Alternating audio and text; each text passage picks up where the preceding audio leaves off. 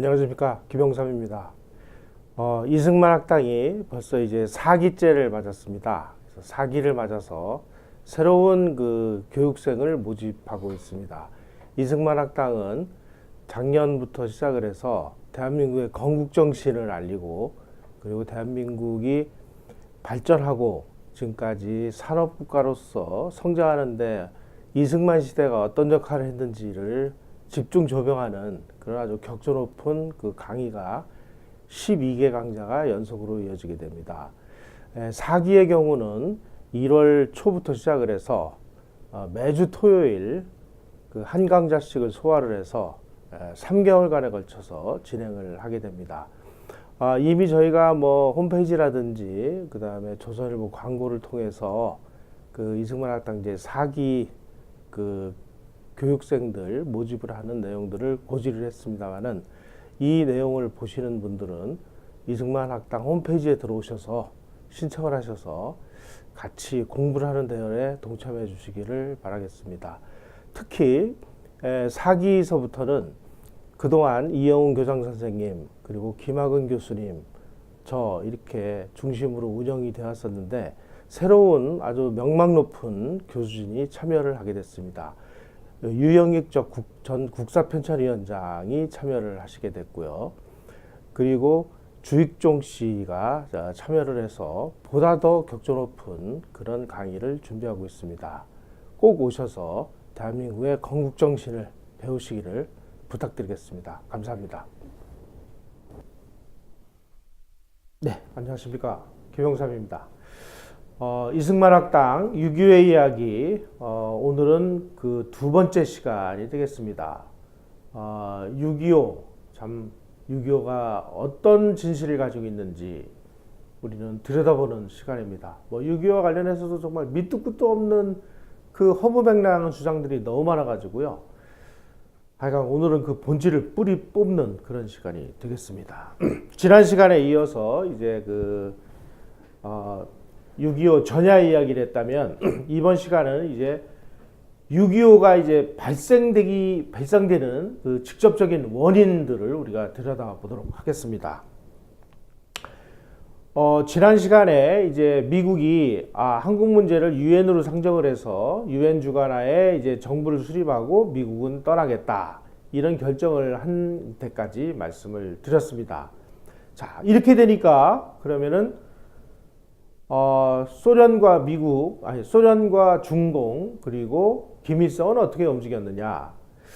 아니, 지금 뭐 미군이 떠난다고 그러고 뭐 이러니까 김일성이가 이렇게 되면은 내가 쳐들어가서 남한을 싹 공산화시켜가지고 전 한반도를 통일시키는 통일공산정부의 수령이 되고 싶다라는 열망에서 1949년 3월 달에 박헌영과 같이 소련을 가서 스탈린을 만나서 남침을 요구를 합니다.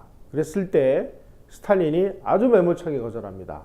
야, 아직 미군이 철수하지도 않았는데 말이야, 지금 너 남침하면은 말이야, 미국이 참전하면 어떡할 거야?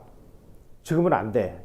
그러면서 남침을 허가를 하지는 않았습니다. 그 대신 소련과 김일성이 비밀 군사협정을 체결해서 이때서부터 소련제 최신 무기를 지원하기 시작합니다. 여러분, 소련이 김일성에게 공짜로 무기를 준 게 아닙니다. 뭐 전차 242대, 뭐 자주포 뭐 100몇 대, 뭐 엄청난 양의 무기를 대줬습니다만은, 그 무기는 전부 공짜가 아니라 다 돈을 받아갔습니다. 무엇으로 받아갔느냐? 북한에서 나오는 여러 가지 철광석과 같은 자원으로 가져갔고요. 석탄으로 가져갔고, 그리고 북한에서 핵폭탄이 원료가 되는 우라늄이 많이 나왔습니다. 우라늄을 가져갔습니다. 그러니까 김일성은 뭐 스탈린으로부터 공짜 무기를 받은 것이 아닙니다. 그 이후에 그런 지하자원 같은 걸로 다 대가를 치렀습니다. 무기가 들어오기 시작했고, 그리고 소련은 지난 시간에 제가 말씀드렸듯이 미국의 행정부를 비롯해서 군부를 비롯하여 뭐 언론계, 뭐 학계, 뭐 곳곳에 소련 간첩들이 아주 뭐 촘촘히 그 침투를 해서 미국에 있는 최첨단 기술을 뭐 닥치는 대로 빼돌려 가지고 소련으로 보냈습니다. 그 중에는 핵폭탄을 만드는 기술까지가 포함되어 있었습니다. 그래서 미국의 원자폭탄 기술을 빼돌려 가지고 소련도 원자폭탄을 만들어서 1949년 8월 달에 핵폭탄 실험을 해서 소련도 핵보유국이 됩니다. 그 이전까지는 미국만 핵폭탄을 가지고 있었기 때문에 유일한 핵보유국이었는데, 이제 그 스탈린도 자기네들도 핵무기를 가지게 되니까 이제 미국하고 뭐 한번 맞짱을 뜰 수도 있는 거 아니냐, 뭐 이런 생각을 가지기 시작을 했습니다. 또 한 가지, 1949년 7월 달에 모택동이 중공군에 속해 있던 중공인민해방군 안에는 조선족들을 징집해서 만든 사단이 있었습니다. 약 3개 사단 정도가 있었는데 1개 사단이 약 2만 명 정도 됩니다. 병력이. 3개 사단을 김일성에게 넘겨줍니다. 야, 이게 조선족이니까 너 인민해방을 위해서 너 필요하면 갖다 써라. 그래가지고 3개 사단을, 그야말로 이 중공군 중에서도 정예 중에 정예라고 할 수 있는 조선족으로 구성된 3개 사단을 넘겨줘 가지고 바로 군복만 갈아입고 인민군으로 편제가 이루어집니다. 졸지에 이 인민군은 3개 사단이 그냥 굴러온 셈이 된 겁니다. 그중 전투를 정말 너무나 잘하는 3개 사단이 공짜로 생겼습니다. 그리고 모택동이가 장개석을 그냥 내쫓아가지고 중국을 공사나 통일을 해가지고 1949년 10월 달에 중화인민공화국 중공이 수립이 됐습니다. 자, 이제 분위기는 이제 뭐 소련도 핵폭탄을 가져 중공으로부터 3개 사단을 받아, 그리고 소련으로부터 최첨단 무기를 받아. 김일성은 이제 남침만 하면 되는 거죠. 자, 그런데 이 와중에 아주 굉장히 흥미로운 사실이 발생하기 시작을 했습니다. 이 세상에는 국가 간의 그 관계는 공짜라는 것이 없습니다. 소련이 새로 출범한 이 모택동의 중화인민공화국이라는 나라 출범한 이후에 중소조약을 체결하기 위해서 약 70일간에 걸쳐서 모택동과 스탈린이 모스크바에서 회담을 하는 과정에서 이 모택동의 이 중공이라는 나라가 이 간단치 않은 나라라는 것을 스탈린이 느끼게 됐습니다. 그 당시 소련 인구 2억도 안 되는 나라였습니다. 전쟁으로 인해서 약 2천 몇백만 명이 죽어서 인구가 막 1억 한 7, 8천 정도 됐을 겁니다. 그런데 중국은 인구가 거의 막 한 5, 6억, 7, 8억 되는 나라에다가 막대한 자원을 가진 나라에다가 이거 자칫 잘못하면 이 공원만 조금 일으켜 세우면은 아주 뭐 엄청난 잠재력을 가진 나라가 중공이라는 것을 스탈린이 깨닫고, 이 어떻게 하면은 이 중국이 이렇게 뭐 승승장구하는 것을 막을 수 있나 하고 고민을 하고 있는 찰나였습니다. 이 와중에 나중에 이제 설명을 드리겠습니다만은 미국이 중공에게 아주 뭐 손길을 내밉니다. 야, 모택동, 너 말이야 지금 소련 스탈린하고 손을 잡아봐야 너한테 도움될 거 하나도 없어. 미국하고 손을 잡아서 미국과 함께 번영의 길로 나가자라고 요청을 하는 메시지를 보냅니다. 그것이 1950년 1월 달에 있었던 애치슨 선언이라는 겁니다. 이 부분에 대한 설명은 이 뒤에서 말씀드리기로 하고요. 이렇게 공산주의가 뭐 핵무장을 하고, 그리고 중공으로부터 3개 사단을 받고, 소련으로부터 막 최신형 전차에 자주포에 뭐 야포까지 뭐 다 장비를 받고, 이런 상황에서 이제 대한민국이 1948년 8월 15일 날 출범하고 나서 2달도 안 돼 가지고 여수 순천에서 아주 대규모 반란 사건이 발생을 합니다. 이 반란 사건을 경험하고 난 이후에 보니까 대한민국 국군 안에 이런 공산분자들이 막 엄청난 공산당들이 침투를 해서 이 군이 불구죽죽한 상황이 돼버린 거예요. 그러다 보니까 이제 대대적으로 이 공산분자들을 색출해내기 위해서 숙군 작업이 진행이 됩니다. 그 당시에 남한의 그 군 병력이 약 9만 5천 명이었는데 9만 5천 명 중에 약 5%의 장교와 하사관과 병사가 좌익으로 숙군이 됩니다. 말하자면 공산주의자들이었죠. 그리고 숙군 과정에서 약 5%가 탈영을 합니다. 이렇게 약 그 전체 군인 중에 약 10%나 되는 사람이 숙군이 되거나 탈영을 해서 월북을 하는 이런 아수라장 같은 일이 벌어지면서 이 대한민국 국군이 완전히 그 새롭게 탄생을 하게 됩니다. 숙군을 당한 자리, 그리고 탈영을 해가지고 월북을 하거나 이렇게 해가지고 빈자리를 서북청년단, 대한청년단 같은 이 우익 청년들이 전부 군에 입대해가지고 대한민국 군대가 그야말로 반공정신으로 무장된 이런 국군으로 새롭게 탄생을 하게 되고, 군의 정치 성향도 아주 보수 반공의 그 기치가 확고부동한 이런 조직으로 변하게 됩니다.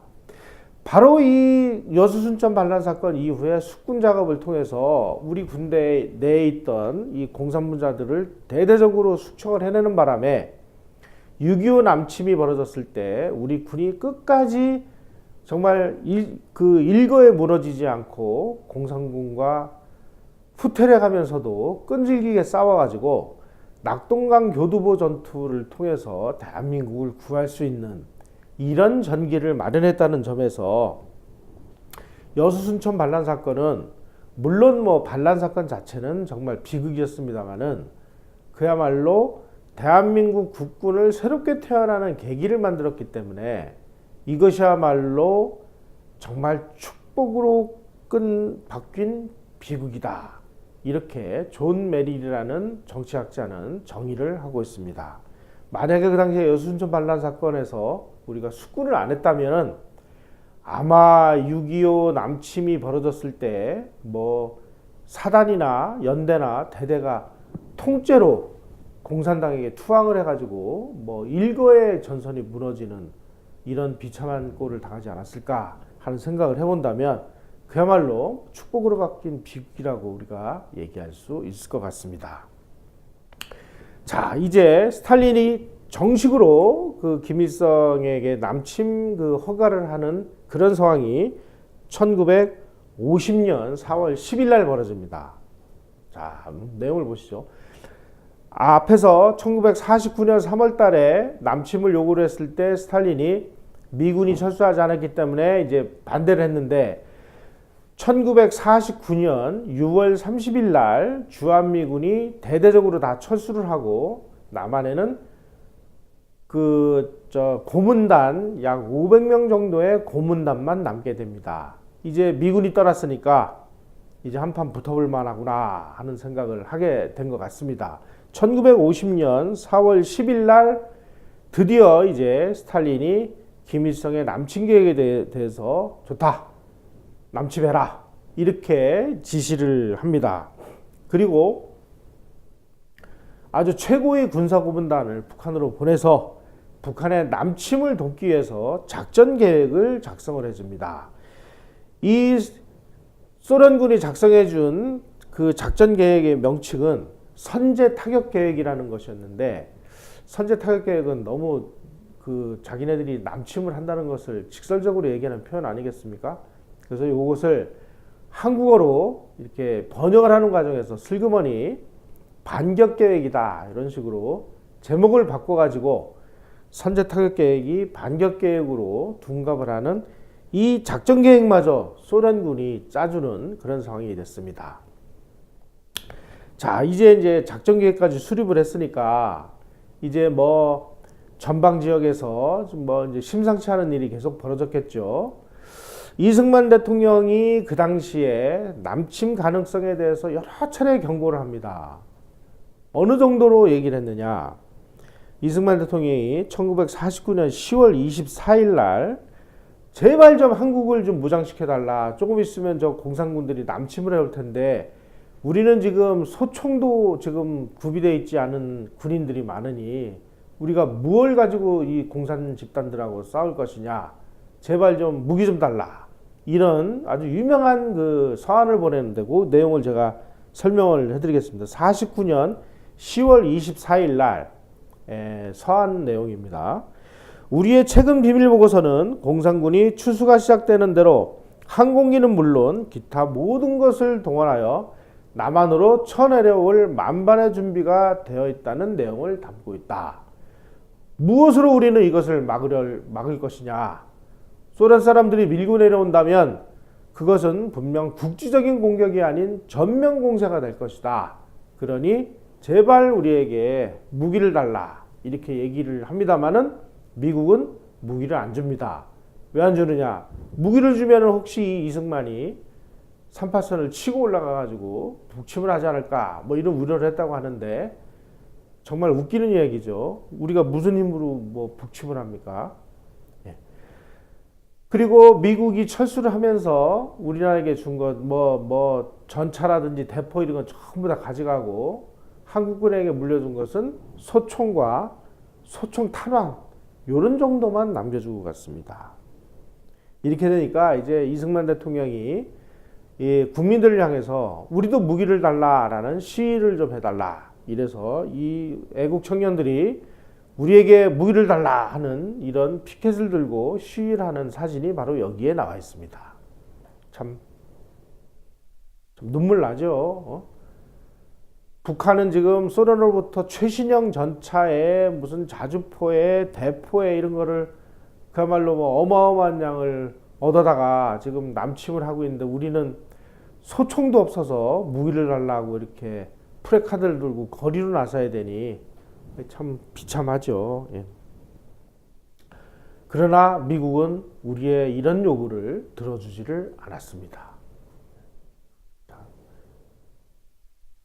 자, 이제 이런 와중에 아주 흥미롭게도 이승만 대통령이 북진 통일을 주장함으로써 이 소위 말하는 이 노망난 늙은이가 정신 나간 그 주장을 했다, 이런 그 비난을 받는 계기가 됩니다. 실제로 이승만 대통령은 여러 차례에 걸쳐서 공식 석상에서 북진 통일을 주장을 했습니다. 왜 이런 얘기를 했을까요? 그 당시에 국군의 실상이 좀 참담하죠. 무기도 없지, 전체 군인 중에 15%는 숙군을 해야 되는 상황이지 5%는 탈영을 해서 도망가 버렸지. 이런 와중에 무슨 힘을 가지고 우리가 북진 통일을 하겠습니까? 게다가 제주도에서는 4.3 폭동이 일어나가지고 몇 년째 계속 소위 말하는 공산 게릴라들이 밤에 그냥 몰래 내려가지고 양민들을 약탈을 하고 제주도 일대를 아수라장으로 만들지를 않나. 태백산, 오대산 일대에 그냥 간첩 게릴라들이 준동을 하는 이런 상황에서 국민들에게 자신감을 주고 그리고 군인들에게 우리도 싸워서 이길 수 있다 하는 정치적인 프로파간다를 위해서 우리가 북진 통일을 주장했던 거지, 이승만 대통령이 실제로 무슨 힘이 있어서 북진 통일을 할 수가 있었겠습니까?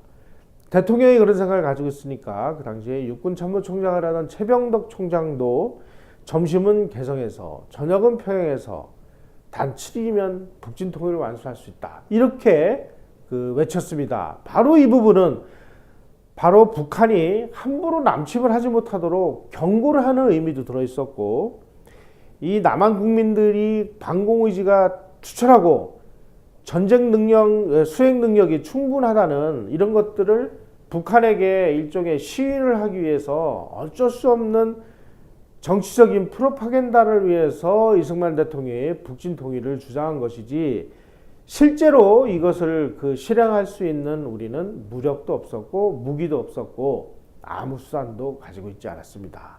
다만 철수하는 주한미군에게 우리도 제발 좀 무기를 달라, 이런 것들을 우리가 요구하기 위해서 일종의 외교적 카드로 이런 북진 통일을 주장한 것이었는데, 마치 이것을 이승만 대통령이 노망이 나가지고 헛소리를 한 것처럼 이런 식으로 왜곡을 해서 이승만 대통령을 욕보이는 짓들을 이 대한민국의 좌익분자들이 아직도 하고 있다는 이 참혹한 현실을 우리는 직시를 해야 될 것 같습니다. 자, 드디어 이제 애치슨 선언이라는 것이 발표가 됩니다.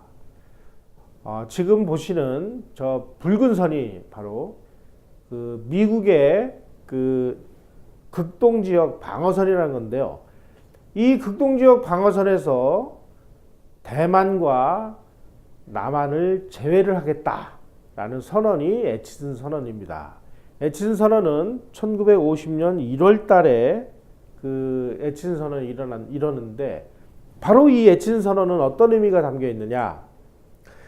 스탈린과 모택동이 모스크바에서 신중소 조약을 체결하기 위해서 협상을 하고 있을 때 이것을 깨뜨리기 위해서 미국이 모택동에게 제안을 한 내용입니다. 자, 모택동, 너 스탈린하고 손을 잡는 것보다 미국하고 손을 잡을 경우에 대만, 남한 정도 이런 정도는 우리가 너희에게 넘겨줄 용의도 있어. 그러니 우리하고 손을 잡자. 이렇게 소위 말하는 소련과 중국을 이간시키기 위한 하나의 고도의 글로벌 전략이 바로 애치슨 선언이었습니다. 그런데 모택동은 미국의 이런 요청을 거절을 하고 스탈린하고 중소 동맹을 체결합니다. 자, 이런 상황이 되니까 이제 스탈린은 야, 이거 혹시라도 이 중국이 요놈들이 나를 배신해 가지고 뒤통수를 뗄 우리가 있으니 김일성이가 남침을 한다고 하니까 이 남침을 이용을 해서 미군도 한반도로 끌어들이고 이 전쟁을 이용해서 중공도 한반도로 끌어들여 가지고 미국과 중국이 피 튀기게 싸우도록 만들자 하는 전략을 추진하기 시작한 게 바로 6.25가 되겠습니다. 나중에 이제 자세하게 말씀드리겠습니다. 소련군이 아까 말씀드린 대로 이제 남침 작전 계획도 세워졌고, 그리고 소련군 장교를 3,000명을 보내가지고 인민군 1개 사단에 소련 장교를 15명씩 배치를 했습니다.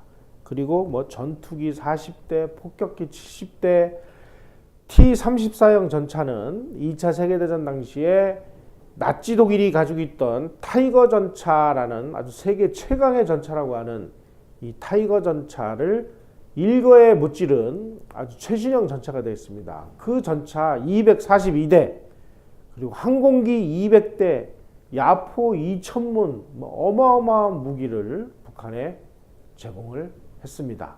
그리고 남한을 미국의 방어선에서 제외를 했습니다. 자, 그러니 이제 남침을 해도 무슨 일이 벌어질지 모르는 이런 상황이 된 거죠. 이런 상황에서 6.25가 이제 터졌습니다. 그런데 6.25가 터지자마자 미군이 신속하게 참전을 결정합니다. 사실은 스탈린은 미국이 참전을 안 하면 어떨까, 미국이 어떻게 될까 노심초사하고 있었는데, 미국이 그냥 참전한 지 며칠 만에 공군을 동원해 가지고 남한 지역에 쳐들어 내려온 공산군을 폭격을 하고, 그리고 해군을 동원하고, 그리고 나중에는 지상군까지 동원해 가지고 아주 선광석화처럼 참전을 합니다.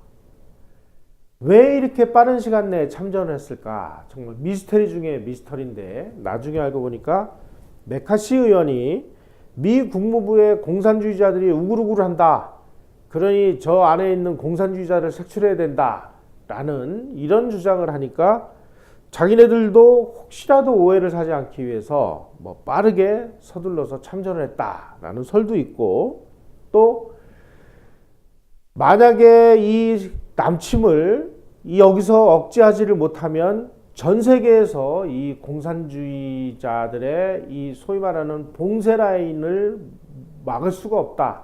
그러니 한반도에서 이 봉쇄 라인을 뚫고 들어온 이 공산분자들을 하루빨리 격퇴를 하지 않으면 소위 말하는 냉전이라는 질서에서 미국이 형편없이 밀리게 된다라는 그런 공포감도 작용을 했다라고 학자들은 연구를 하고 있습니다. 자, 그러니까 이제 미국이 참전을 하고 또 유엔군이 참전을 하기로 결의를 하는 이 상황이 되다 보니까 미국을 중심으로 한 유엔군과 소련 중공군을 중심으로 한 공산군이 바로 한반도에서 대격돌을 벌이는 이 국제적인 전쟁이 되어버렸습니다. 뭐 김일성이가 남침을 해서 뭐 국군과 김일성 군대만 싸운 게 아니고 우리 국군 쪽에는 미군과 유엔군이 참전을 해서 싸웠고 북한 쪽에는 또 소련과 중공이 또 참 자기네들이 또 개입을 해서 싸우는 이 어마어마한 대규모 국제전쟁이 벌어지기 시작을 한 겁니다. 이런 국제전쟁이 지속되면서 정말 얼마나 재밌는 일이 벌어졌느냐. 이 인천 상륙작전을 통해 가지고 미군이 북진을 하니까 중공군이 또 참전을 하지 않았습니까? 바로 여기에 스탈린이 만들어 놓은 거대한 함정이 도사리고 있었습니다. 스탈린의 전쟁 목적은 무엇이었느냐? 한마디로 얘기하면은 김일성이가 요청을 한 남침 전쟁을 이용을 해서 미군도 끌어들이고 중공군도 끌어들여서 미국과 중국이 피투성이가 되도록 싸우게 만든다라는 것이 바로 스탈린의 전략이었는데 이 전략이 아주 절묘하게 맞아떨어지는 이런 상황이 이제 전개가 됩니다. 자, 전쟁이 이럼에도 불구하고 지금까지 우리 학계에서는 정말 허무맹랑한 주장들이 횡행을 했습니다. 어떤 주장들이냐? 6.25의 원인을 둘러싸고 처음에는 북침설이라는 것이 나왔습니다. 북침설이라는 남한군이 그러니까 대한민국 국군이 먼저 3파선을 넘어가서 국군을 공격해서 그 공격을 받은 인민군이 반격을 해서 내려오기 시작을 했다.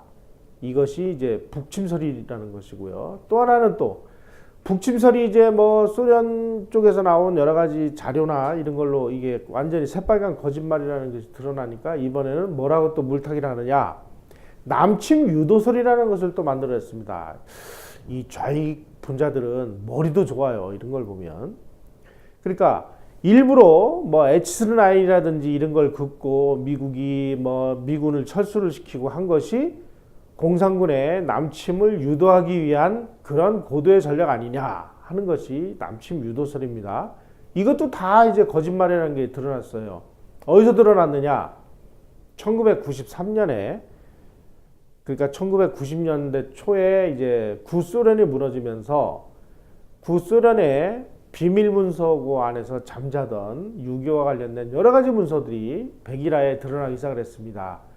이 소련이 공개를 한 이 비밀 문서를 통해서 사실상 이것은 김일성이가 남침을 요청을 했고 스탈린이 시인을 했고 스탈린은 미국을 끌어들이고 중공을 끌어들이기 위해서 이 전쟁을 기획을 했고 한 내용들이 이제 다 이제 밝혀지니까 그제서야 이번에는 좌익과 공산주의자들이 무슨 또 이야기를 내놨느냐. 이번에는 내전설이라는 걸 내놨습니다. 그러니까 383 부근에서 1945년서부터 1950년 6.25가 일어나기 이전까지 크고 작은 전투들이 무시로 일어나고 그 무시로 일어난 것이 이제 전면전으로 확대된 거기 때문에 이것은 뭐 내전이니까 뭐 누가 침략을 했느니 마니 뭐 이런 것은 이야기하는 것은 의미가 없다라고 주장을 하는 것이 바로 내전설이 되겠습니다. 그런데 이런 황당무계한 이론들은 전부 구소련이 망하면서 바로 그 남침을 지원해준 소련과 스탈린, 소련 공산당이 남긴 그 비밀 문서들을 전부 공개하면서 이런 좌익들의 주장이 완전 새빨간 거짓말이었다는 사실이 만천하에 다 드러나 버렸습니다. 이런 식으로 이제 그 6.25가 김일성이가 기획한 남침전쟁이라는 것이 백일화에 드러나니까 이번에는 공격의 화살을 또 바꾸기 시작을 합니다. 어떻게 바꿨느냐? 6.25 전쟁이 일어나니까 이승만이라는 사람이 국민을 버리고 저 혼자 몰래 도망을 갔다라는 몰래 도주설, 그리고 한강다리를 일찍 폭파해서 무고한 시민들을 죽였다라는 한강다리 일찍 폭파설, 국군의 작전지휘권을 뭐 미국에 넘겨서 주권을 팔아먹었다라는 뭐 주권 매각설 뭐 이런 밑도 끝도 없는 이야기들을 만들어내서 이스마일이라는 사람을 욕보이고 있습니다. 바로 이런 부분들은요, 이 좌익 공산주의자들의 선전선동 수법 중에 이런 내용이 있습니다. 거짓말을 해라. 이왕 거짓말을 하려면 큰 거짓말을 해라. 그래서 그 거짓말을 100번, 1000번을 반복을 해라. 반복을 하면 처음에는 안 믿던 사람들도 반복해서 거짓말하면 나중에는 혹시 사실일 수도 있는 거 아니냐라고 믿게 된다는 겁니다. 바로 이 거짓말들이 얼마나 허황된 것인지를 제가 다음 시간에 아주 있는 그대로의 사실관계를 말씀을 드리도록 하겠습니다. 자, 이번 시간은 이것으로 마치도록 하겠습니다. 고맙습니다.